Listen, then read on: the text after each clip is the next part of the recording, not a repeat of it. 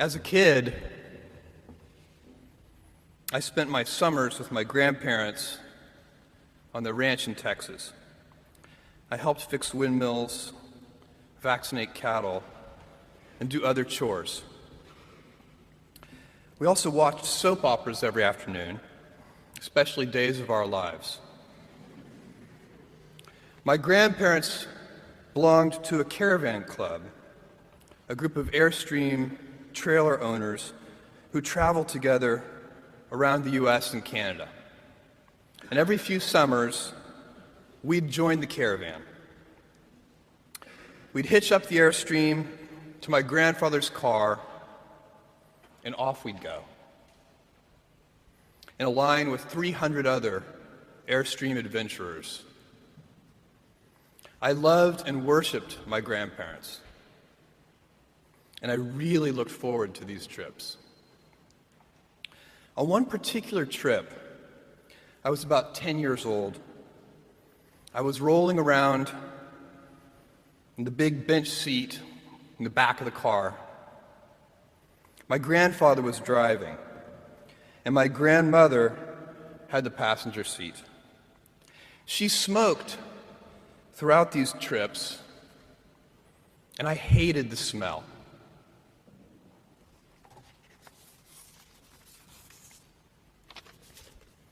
At that age, I'd take any excuse to make estimates and do minor arithmetic. I'd calculate our gas mileage, figure out useless statistics on things like grocery spending. I'd been hearing an ad campaign about smoking. I can't remember the details, but basically the ad said, every puff of a cigarette takes some number of minutes off of your life. I think it might have been 2 minutes per puff. At any rate, I decided to do the math for my grandmother. I estimated the number of cigarettes per day, estimated the number of puffs per cigarette, and so on. When I was satisfied that I'd come up with a reasonable number, I poked my head into the front of the car, tapped my grandmother on the shoulder, and proudly proclaimed, "At 2 minutes per puff, you've taken 9 years off of your life." I have a very vivid memory of what happened next, and it was not what I had expected. I expected to be applauded for my cleverness and my arithmetic skills. "Jeff, you're so smart. You had to have made some tricky estimates. Figure out the number of minutes in a year and do some division." That's not what happened. Instead, my grandmother burst into tears.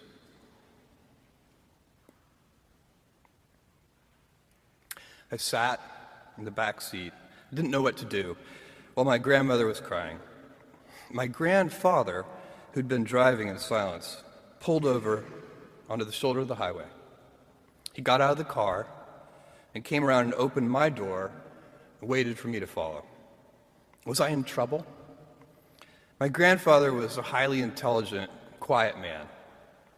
He had never said a harsh word to me, and maybe this was to be the first time. Or maybe he would ask that I get back in the car and apologize to my grandmother. I had no experience in this realm with my grandparents, and no way to gauge what the consequences might be. We stopped beside the trailer. My grandfather looked at me, and after a bit of silence, he gently and calmly said, "Jeff, one day you'll understand that it's harder to be kind than clever."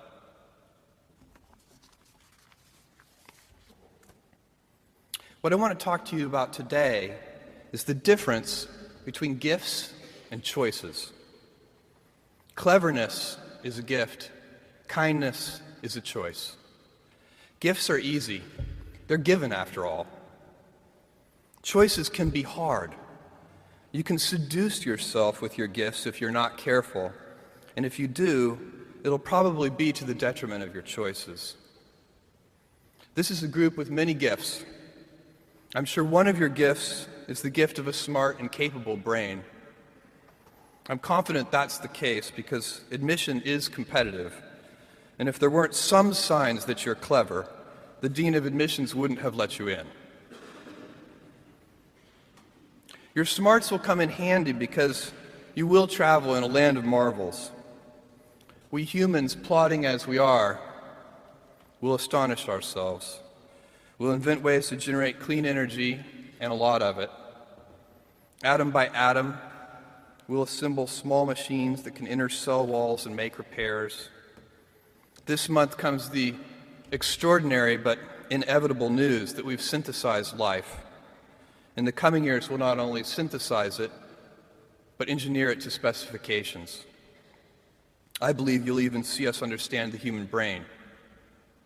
Jules Verne, Mark Twain, Galileo, Newton, all the curious from the ages would have wanted to be alive, most of all, right now. As a civilization, we will have so many gifts, just as you as individuals have so many individual gifts as you sit before me.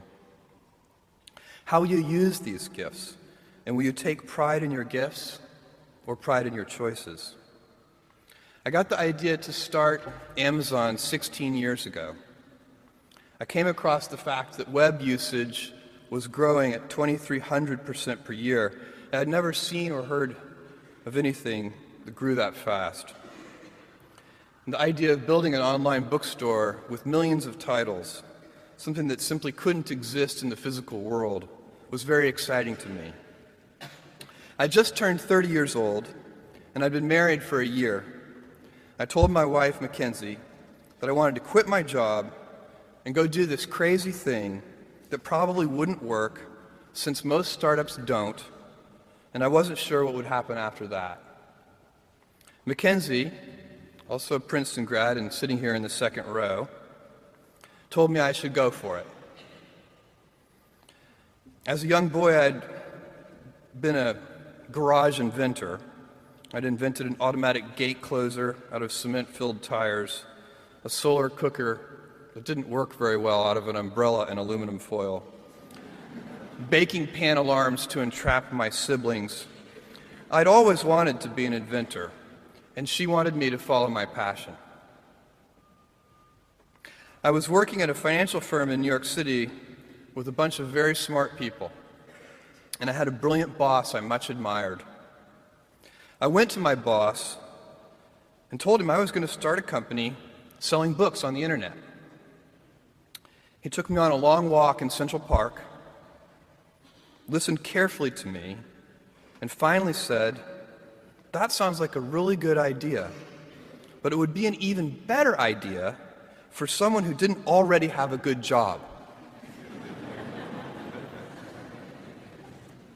That logic made some sense to me, and he convinced me to think about it for 48 hours before making a final decision. Seen in that light, it really was a difficult choice, but ultimately, I decided I had to give it a shot. I didn't think I'd regret trying and failing, and I suspected I would always be haunted by a decision to not try at all. After much consideration, I took the less safe path to follow my passion, and I'm proud of that choice. Tomorrow, in a very real sense, your life, the life you author from scratch on your own, begins. How will you use your gifts? What choices will you make?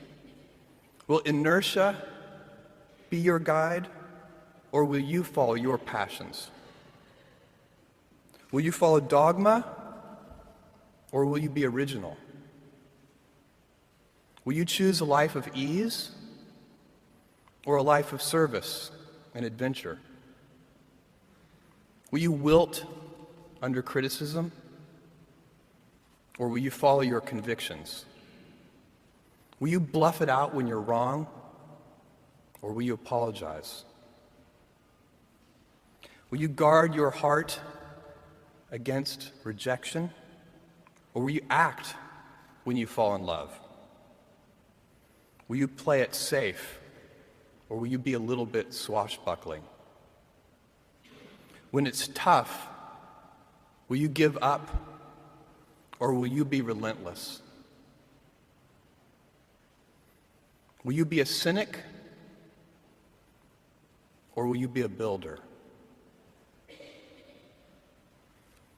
Will you be clever at the expense of others? Or will you be kind?